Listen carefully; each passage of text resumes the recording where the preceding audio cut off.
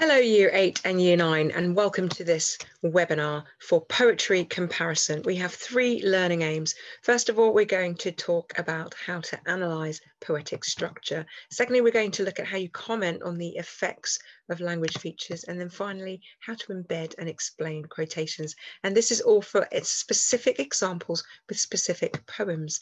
They are The Soldier and The Mother, and they are World War I poems, and the assignment is compare how these poets present war.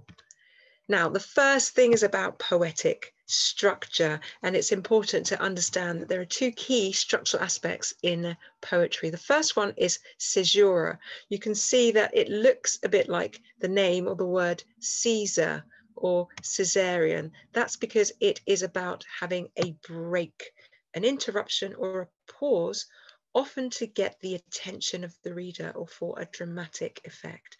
So a Shakespearean example might be, how do I love thee?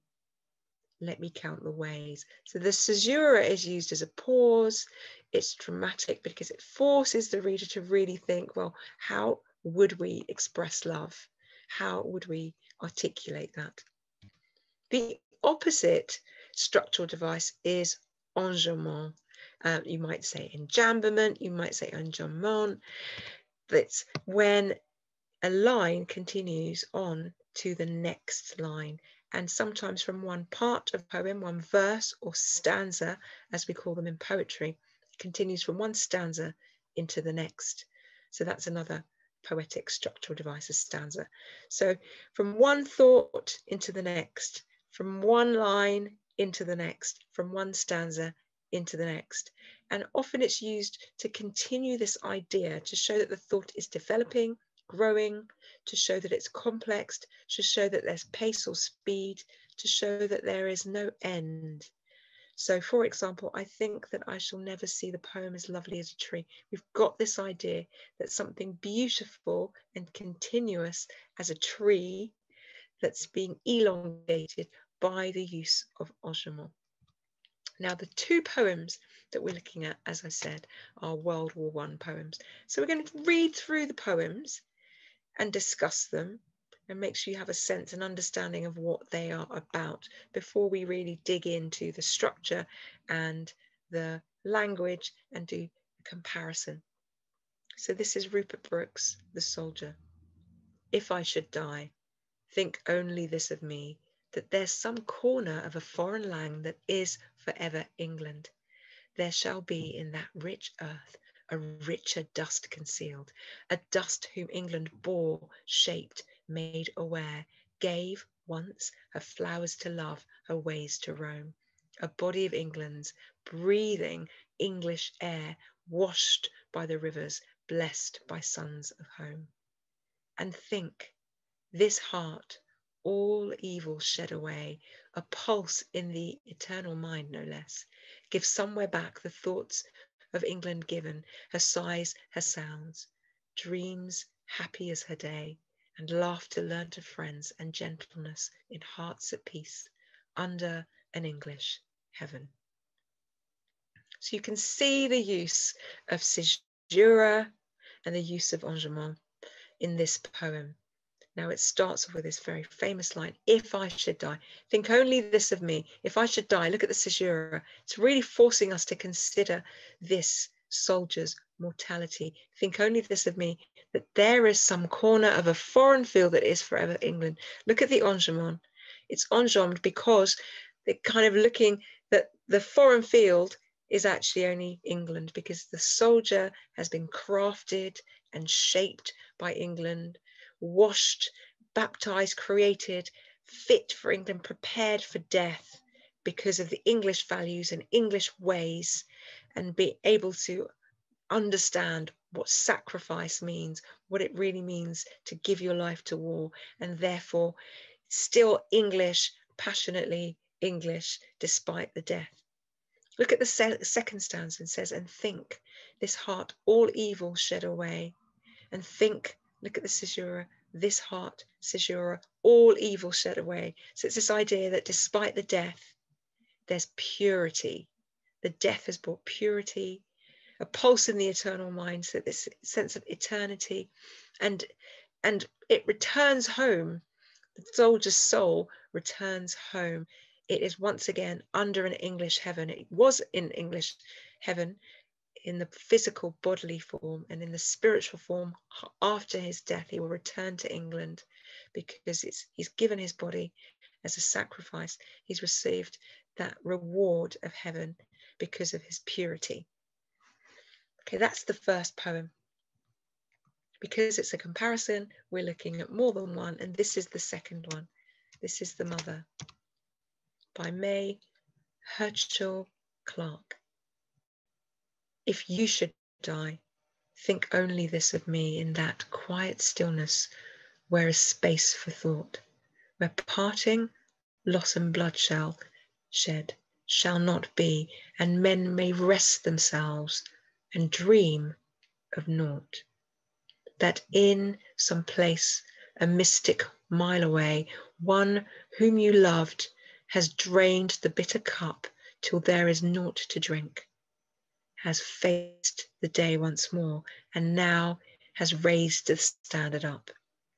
And think, my son, with eyes grown clear and dry, she lives as though forever in your sight, loving the things you loved, with heart aglow for country honour, truth, traditions high, proud you paid their price. And if some night her heart should break, well, lad, you will not know. Okay, so can you see why we've chosen it for comparison? Because they mirror each other so closely in the structure. If I Should Die was the Rupert Brooke opening. If You Should Die is May Herschel Clark's opening.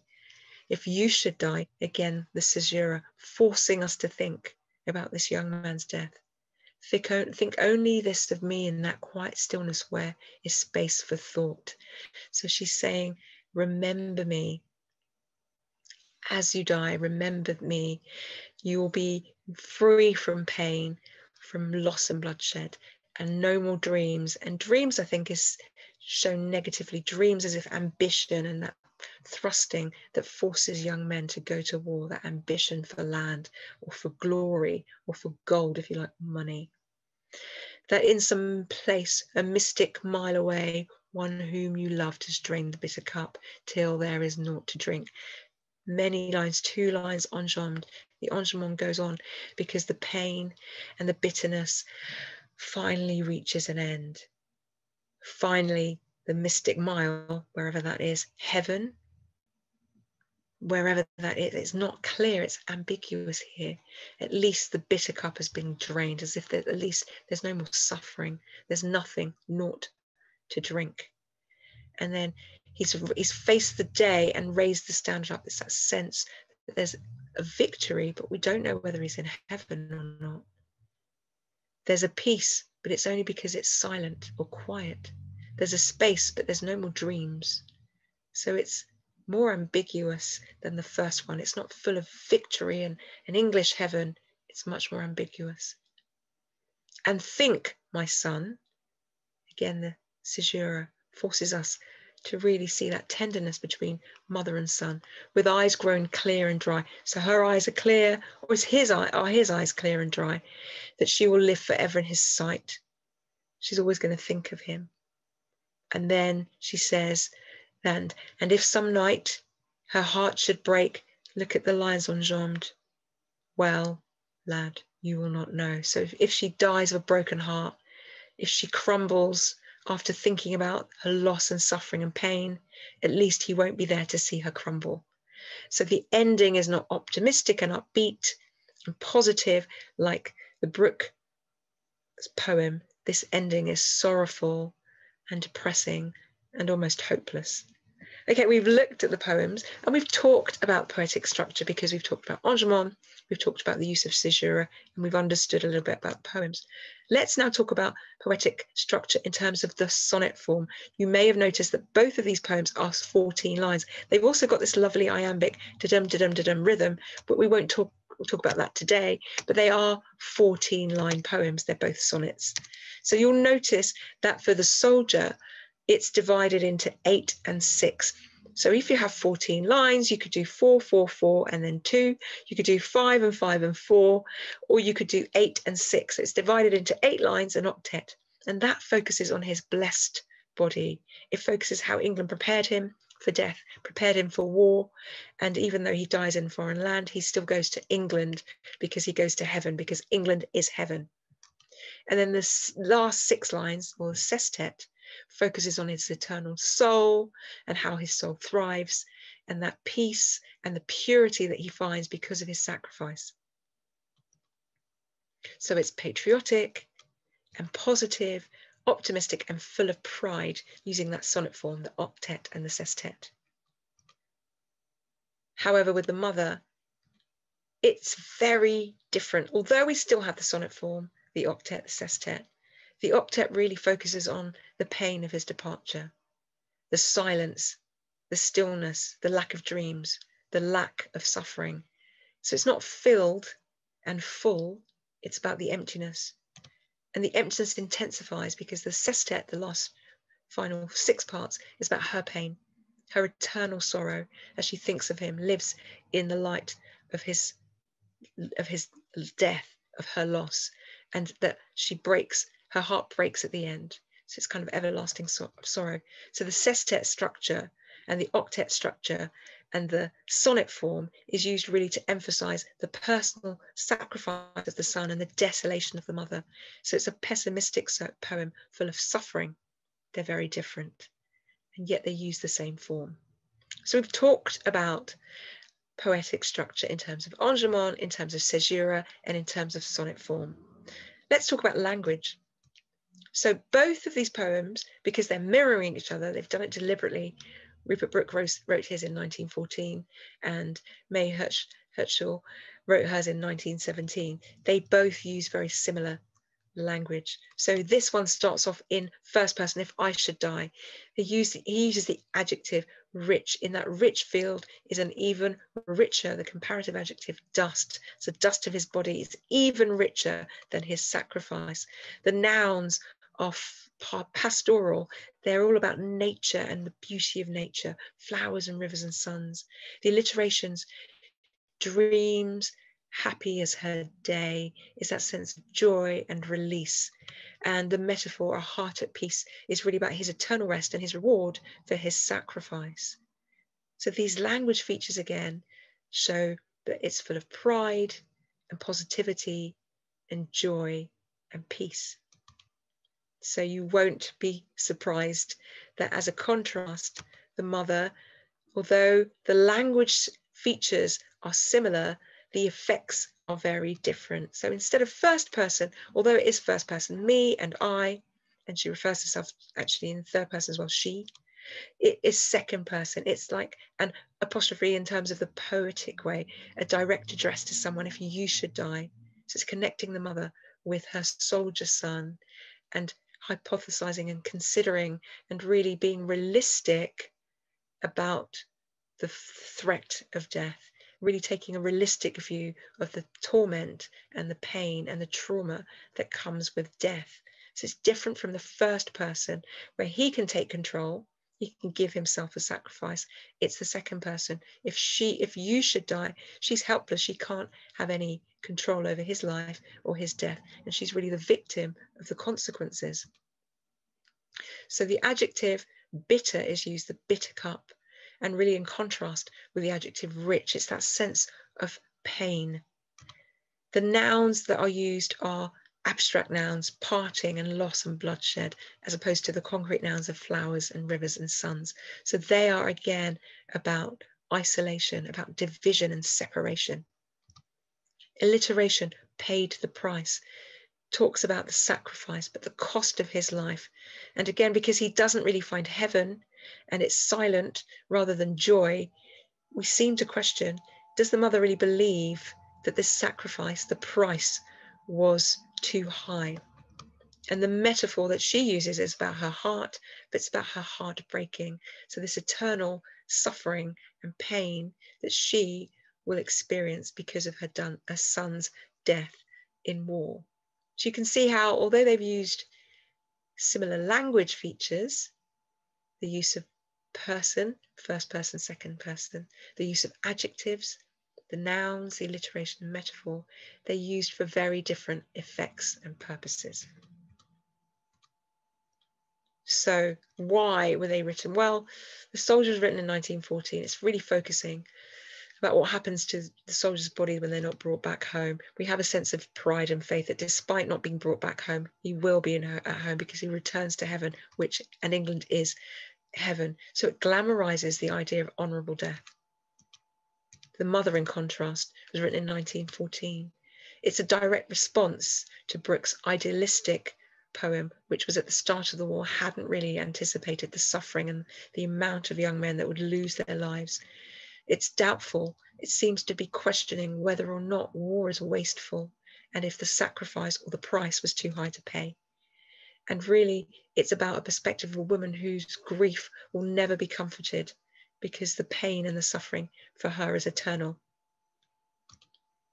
So really what I want us to think about is the hanger method for comparison. So you can look at both poems. So it's the top of the hanger, both poems, both poets, and then you separate it. Both the poets of Soldier and Mother present their views of war. In the Soldier, we see this. That's the first kind of bit. However, in the Mother, we see this. Both poets use sonnet form. In the Soldier, they use sonnet form in this way. However, in the Mother, we use sonnet form this way. Both poets use powerful language in the Soldier and then in the Mother, and both were written during World War I. This one was written at the start, this one was written near the. So you can see with a hanger method, it makes your comparison neat and it is able to draw together your paragraphs effectively. So use the hanger method when you finish this webinar, you have a go at writing this assignment up. Use the hanger method to really place all your ideas in a neat, convenient way when you talk about what they both do, and then you talk about each poem distinctively. Well, what do I actually mean? What does this really look like? Let's have a look at a sample paragraph. So both the Soldier and the Mother present war. In the Soldier, the poet presents pride in dying for his country. In contrast, the Mother presents sadness and desolation because she fears the wasted sacrifice of youth. So you can see here in a practical way, what I mean by the hanger method. Both of them do this. The Soldier, it's all about pride, patriotism, if you like. And the Mother, it's all about this concern that there's going to be sadness, desolation because of the wasted sacrifices of our young men. Okay. That's the kind of introductory paragraph, if you like, the beginning, the opening that sets the tone for the rest. So it's your thesis, your main idea that this one is about pride and this one's about desolation. And so throughout the rest of the essay, the assignment, then you can explain in more detail about how this one's about pride and patriotism, and that's one about sadness, desolation, and the loss of youth. Now let's have a look at another paragraph that's using the hanger method, but really talking about sonnet form. Both poets use sonnet form. In the Soldier, the poet uses an octet to show the foreign field that is forever England. And this quotation suggests that even though he's away from home, England will always be with him. The word forever shows an eternal connection with his beloved country, even in death. And the final sestet focuses on his dreams of heaven. In contrast, the Mother uses an octet, introducing the idea of draining a bitter cup, showing her emptiness, and unlike the other poem, her sestet focuses on how his death breaks her. Okay, so again, you can see I've used the hanger method, both poems, and written about the Soldier and then the Mother. But the last thing I'd like to point out is about the use of embedded quotations, which I have them there in pink. So The quotations aren't just, here is a quotation. The poet uses an octet to show his patriotism. Here is a quotation. It means that they are integrated into the writing, like pepper or salt sprinkled within the other words.